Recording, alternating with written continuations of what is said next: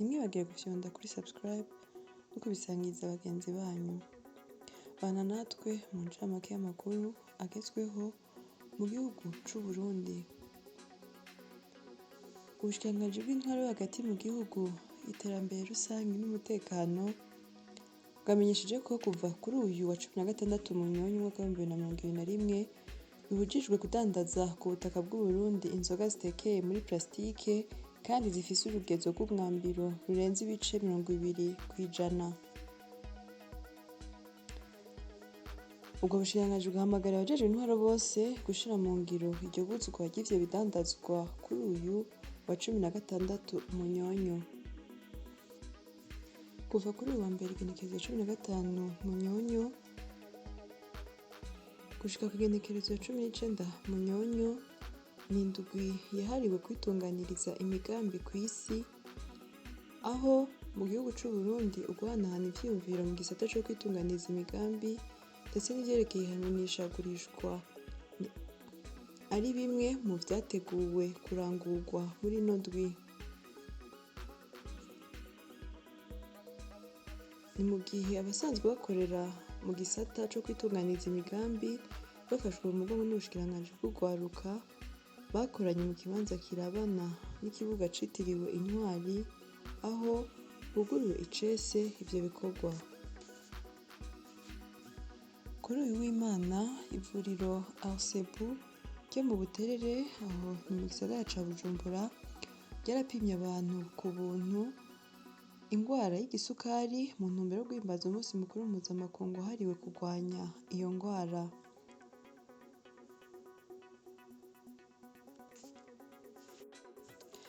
Inyuma y'urugendo yakoze mu bigo vya UNSP ahazokubakwa ikigo c'igihugu co gupimiramwo no kuvura indwara ya kanseri, umushikiranganji ajejwe amagara y'abantu muganga Tadeo Ndikumana kuri uyu wa mbere yashikirije ko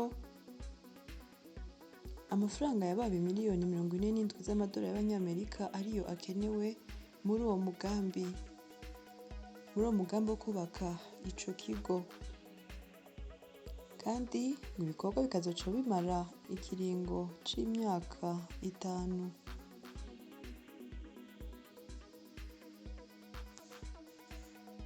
Buramatari w'intara ya Kayanza Colonel Remy Cishahayo yashize ingingo y'uko ba musitanteri b'amakomine iyo ntara boza baraha imiduga canke ubundi buryo abayobozi b'indero mu makomine kugira ngo bashobore gushika ku mashuri atandukanye igihe itariko irakoreshwa, kubera ko ngo vyofasha kugira ngo indero wo mushinge w'iterambere utere imbere.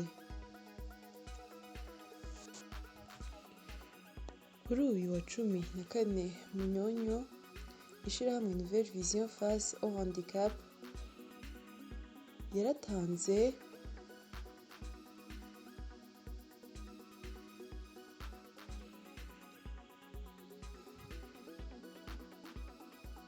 impapuro zigaragaza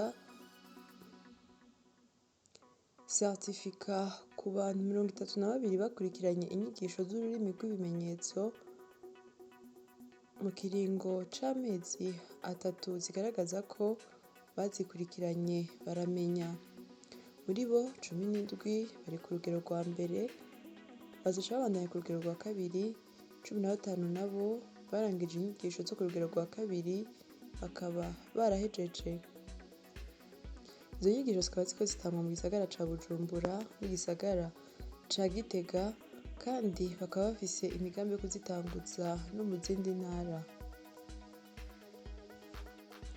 Mu mvura yaguye ku muhingamo kuri uyu w'Imana mu ntara ya Rumonge, komine Rumonge, amazu 9 yaraguruwe n'umuyaga aho ni ku mutumba Karagara muri zone Buruhukiro.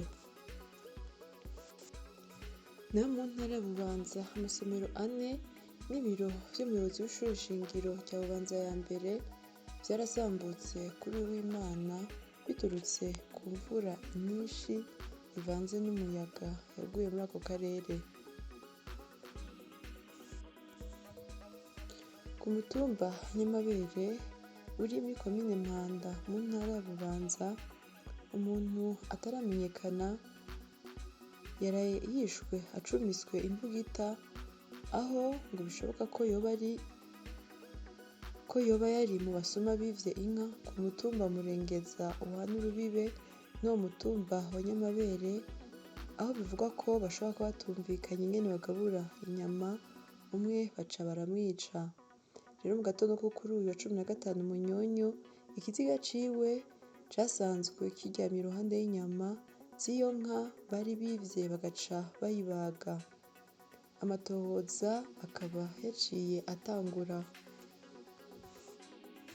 Kuri uyu wa 13 Munyonyo umwaka wa 2021, aburikiye mw'ishirahamwe abasangirarugendo bo mu ntara ya Gitega bafatikanije nabo mw'ishirahamwe Intore ku rugendo bo mu gisagara ca Bujumbura, baratanze imifuko 30 y'isima mu ntumbero yo gusahiriza ibikorwa vyo kuzibira ikimanga kiri muri quartier Nyabiharage muri komine Gitega. Kuri uyu wa mbere igenekerezo 15 Munyonyo, ishirahamwe ry'umupira w'amaboko basketball mu Burundi ryatunganije ikiganiro ku bamenyeshamakuru mu ntumbero yo gushikiriza imigambi muri FEBABU bagiye gushira mu ngiro. Akaba yavuze ku vyerekeye ihiganwa ryitiriwe ikinyobwa Viva Mart, aho izotangwa kuva ku igenekerezo 17 gushika ku igenekerezo 28 Munyonyo uyu mwaka turimwo, aho ku ruhande rw'abagabo iryo higanwa rizokwitabirwa n'imigwi 9, ku ruhande rw'abigeme naho izokwitabirwa n'imigwi 4. Ubushimwe nabwo butegekanijwe ku mugwi wa mbere ni miliyoni 6 z'amafaranga y'amarundi, ku mugwi wa kabiri ni miliyoni 3 z'amafaranga y'amarundi, ariko ku mugwi wa gatatu n'uwa kane izoronswa miliyoni n'igice umwe.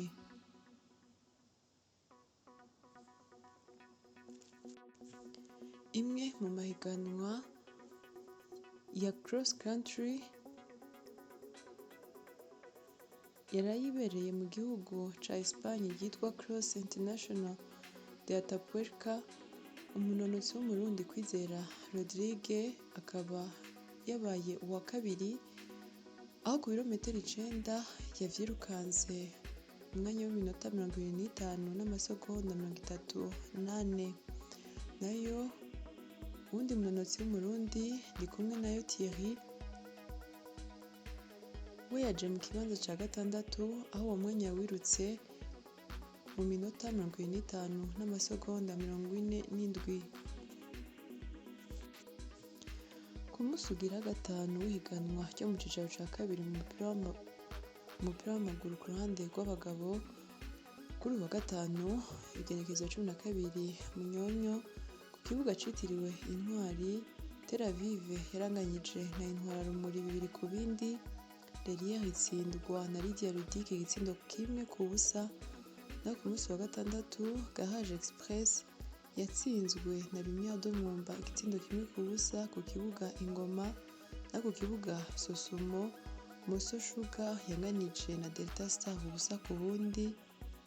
Ku kibuga Umuco New Force Academy yaranganije na Buhumuza FC ibitsindo 2-0. Ku kibuga Urumuri Tigre Noir inganya na Les Elephants FC ibitsindo 2-0. Ishirahamwe Uzima yatunganije uruganda ifatikanije n'ishirahamwe Association des Amis de la Paix et du Sport hamwe n'ikigo ABUBF ku vyerekeye guhimiriza urwaruka rw'abigeme aho babaronkeje inyigisho ku bijanye n'indwara ya kanseri yo mw'ibere hamwe n'iyo mu bwinjiriro bw'igitereko, hari mu nyubakwa za Best Outlook Hotel,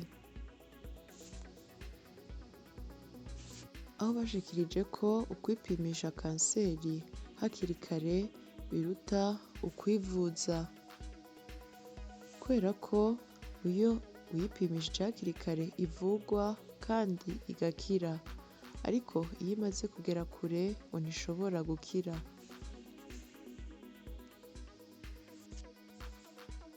Kuwa 12 Munyonyo, ishirahamwe PADAIGL yaratanze inka 135 zo mu bwoko bwa Frizone muri komine Nyanzarake, hari ku misozi ya Rangi, Ruvyagira, Nyabutare na Mwimbiro, ariko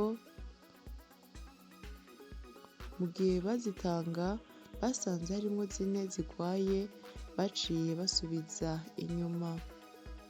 Ni mu gihe hategekanijwe gutangwa inka zigera ku 620 zose zigahabwa imiryango ifise amikoro make kugira ngo yisununure mu ntara ya Makamba.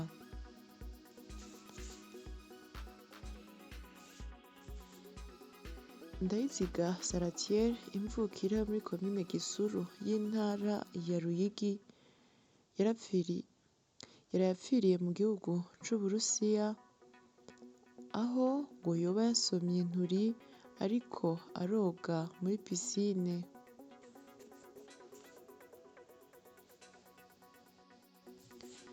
Kuri uyu wa gatandatu, komine ya Cankuzo mu ntara ya Cankuzo yarahimbaje umunsi wahariwe umwarimu. Umuyobozi w'indero muri iyo komine, Beatrice Hakizimana, akaba yashikirije ko abanyeshuri barenga 800 bo mu mashure nshingiro n'abarenga 100 bo mu mashure y'inyuma y'ishure shingiro bahevye ishure muri iyo komine mu mwaka wa 2020 ushira 2021. Ivyo bitigiri ngo ni binini, agahamagarira abavyeyi n'abarimu gufasha kugira ntihagire umwana asubira guheba ishure.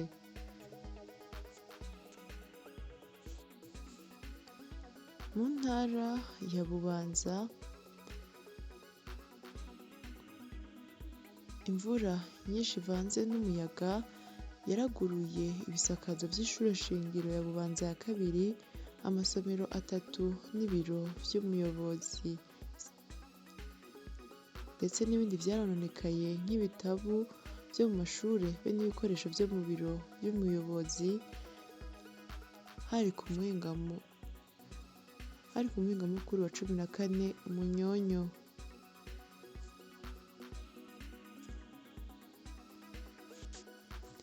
Mu gihe abarimyi b'ikawa bo mu ntara ya Bubanza basaba ko igiciro c'ikawa coduzwa kubera ko nticoguma inyuma y'ibiterwa mbumbarugo bigisumvye igiciro ku masoko, kubera ko ari n'igiterwa njabukamazi.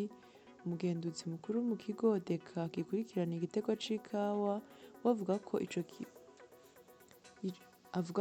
ico ari ikibazo kiriko kirigwa, ahubwo agasaba abo barimyi kukibungabunga neza. Dutandukire amakuru y'inkino. Umunonotsi Francine Niyonsaba yafashe urugendo yerekeza mu gihugu ca Kenya, aho agiye kubandanya imyimenyerezo y'amahiganwa atandukanye agiye gutangura vuba.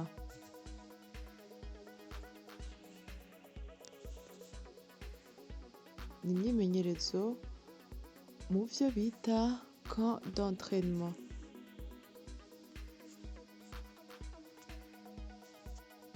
Ishirahamwe FEBABU ifise ikiganiro iza kuremesha kuri Martin Hotel kuri uyu wa 15 Munyonyo igihe c'isaha 4, aho baza kwishura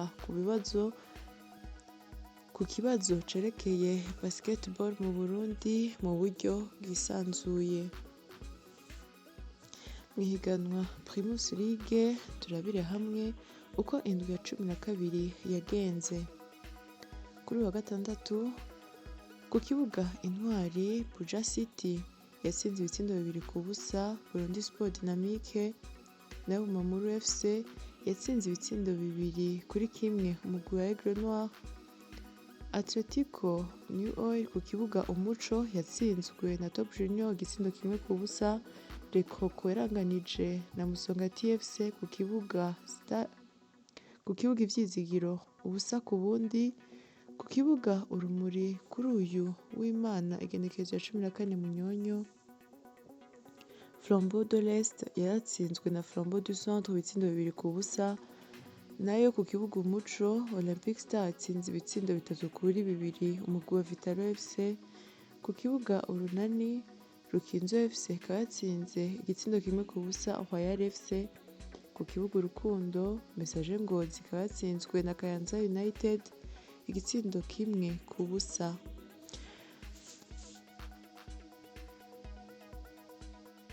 Iyi ikaba yari incamake y'amakuru agezweho mu gihugu c'u Burundi.